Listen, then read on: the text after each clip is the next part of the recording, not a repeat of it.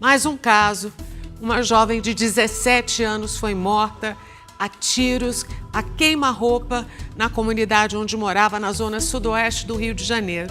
O autor dos disparos é um traficante em ascensão na facção criminosa com quem a adolescente teve um relacionamento.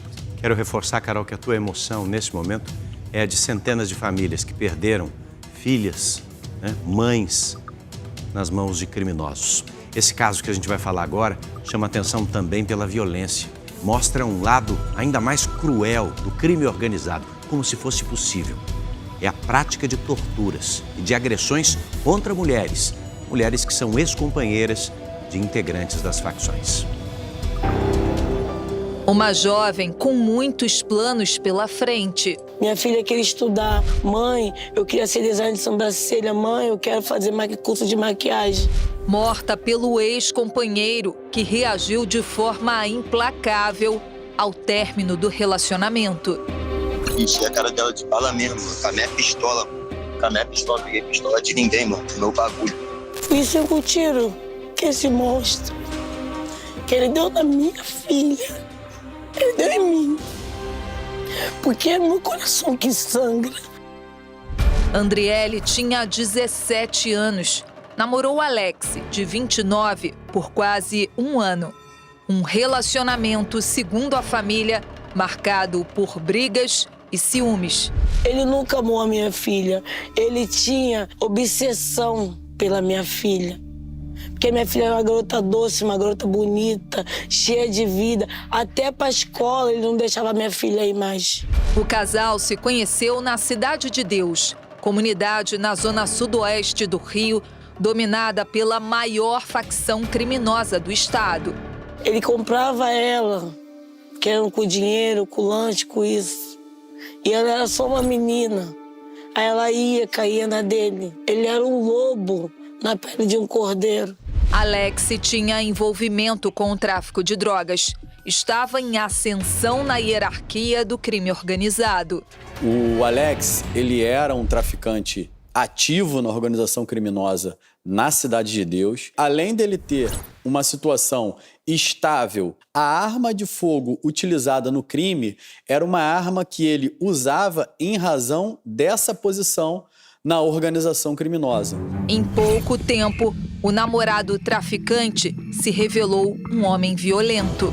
Por ela ser bonita, ele só queria agredir ela só na cara dela. Só na cara.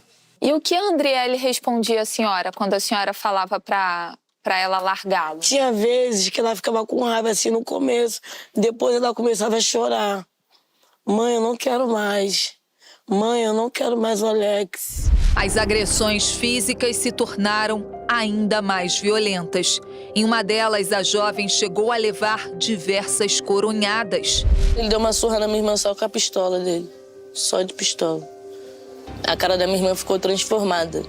Andriele terminou o namoro mais de uma vez, mas sempre reatava, porque ele insistia numa reconciliação. Por ele ser agressivo, manipulador, ela ficava com medo de dar um ponto final e ele acabar fazer o que aconteceu, que ele fez com ela.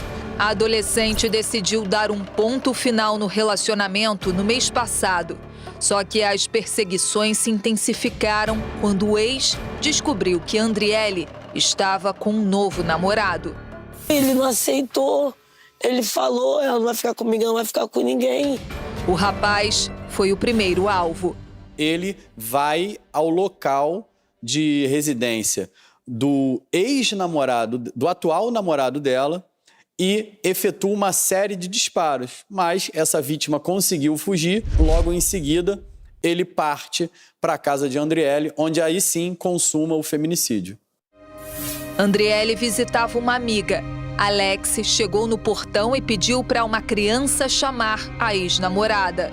Tão logo a Andriele sai da residência sem qualquer tipo de diálogo, sem qualquer possibilidade de defesa. E na frente dessa criança ele faz uma série de disparos, dos quais 5 atingem fatalmente a Andriele. Quando chegou lá, ele deu a queima-roupa. Ele ainda falou para as crianças que estavam no meio do caminho: entra para casa. Entra para casa. Além de vivenciar o luto de uma morte violenta, as famílias das mulheres vítimas de feminicídio ainda são obrigadas a conviver com outro sentimento: o medo. Enquanto os assassinos estão soltos nas comunidades, os parentes são silenciados. Param de denunciar por temer retaliações. Foi o que aconteceu com a família da Esther. Este vídeo foi postado na noite em que a jovem foi morta por traficantes.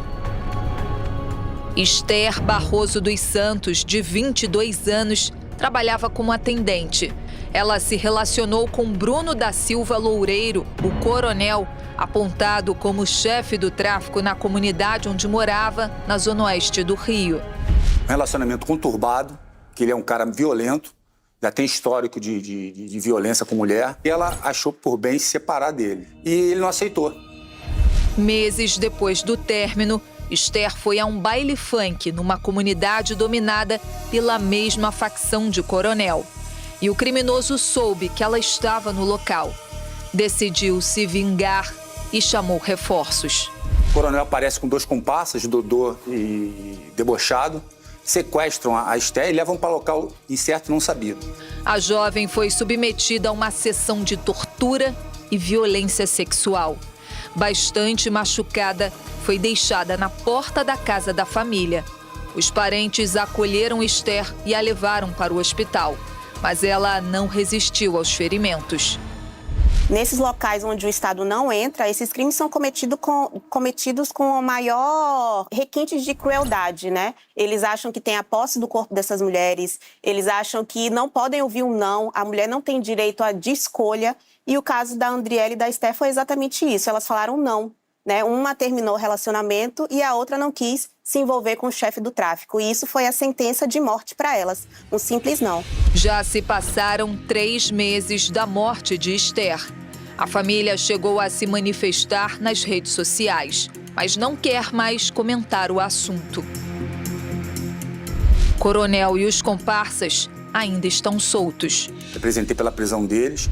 O Ministério Público, no mês seguinte, os denunciou, né? E a gente está aguardando agora a decisão da Justiça. Segundo a polícia, Coronel já foi absolvido pela própria facção. O comando do TCP não gostou, né? Mas como ele tem uma posição hierárquica alta na facção, o perdoaram. Por isso ele continua ainda até vivo, né? Este ano, aqui no Rio de Janeiro, 79 mulheres foram vítimas de feminicídio no estado. Uma média de 8 assassinatos por mês. Outras 242 conseguiram escapar da morte. Números que podem ser ainda subnotificados, já que muitas mulheres não denunciam a violência à polícia. Dias antes de ser assassinada, Andriele foi espancada pelo ex-namorado. Só que, por medo, ela não denunciou a agressão à polícia.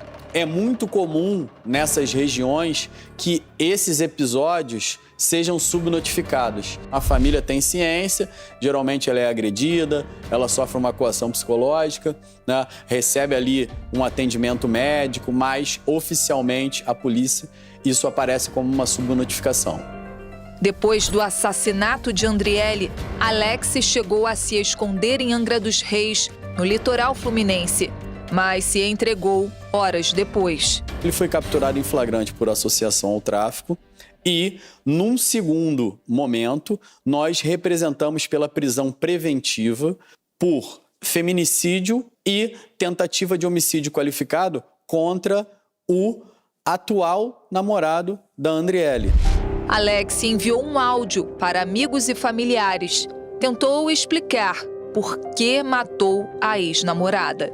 Sou homem, geral me conhece, tá ligado? Não, mano, tenho minha honra a zelar, tá ligado? Não, rapaziada, traição não é com nós, tá ligado? Para se justificar dessa ação junto à organização criminosa em que ele é integrante ativo, ele envia aqueles áudios, assume a autoria desse crime, confessa que realmente ele, com a arma dele, né, assassinou, cometeu feminicídio contra a Andriele, porque isso é um crime de honra, segundo a versão dele. Enquanto a gente tiver esse pensamento de que a honra do homem vale mais do que a vida da mulher, a gente vai estar chorando todos os dias a morte de mulheres. Como evitar que mais mulheres sejam assassinadas pelos ex-companheiros? Lúcia estuda de perto o assunto e defende a participação de todos os setores da sociedade. É claro que a legislação já está posta e ela precisa ser cumprida, mas creio que uma boa campanha educativa, boa campanha social, serviços fortes e adequados e, sobretudo, resolutivos precisam ser implementados numa sociedade como a nossa. A violência contra a mulher ela tem características básicas relacionadas à misoginia, relacionadas à cultura. É preciso desmontar essas ideias para que as mulheres consigam ter força para tomar decisões concretas, reais, que melhorem as suas condições de vida. Andriele e Esther tiveram as vidas brutalmente interrompidas por homens que diziam amá-las. Em comum, um repertório de brigas, ciúmes e sentimento de posse. Sinais que devem servir de alerta para outras mulheres. Andriele só tinha 17 anos, que fica de exemplo. Agrediu a primeira vez e vai agredir sempre. Minha filha foi forte, ela queria viver.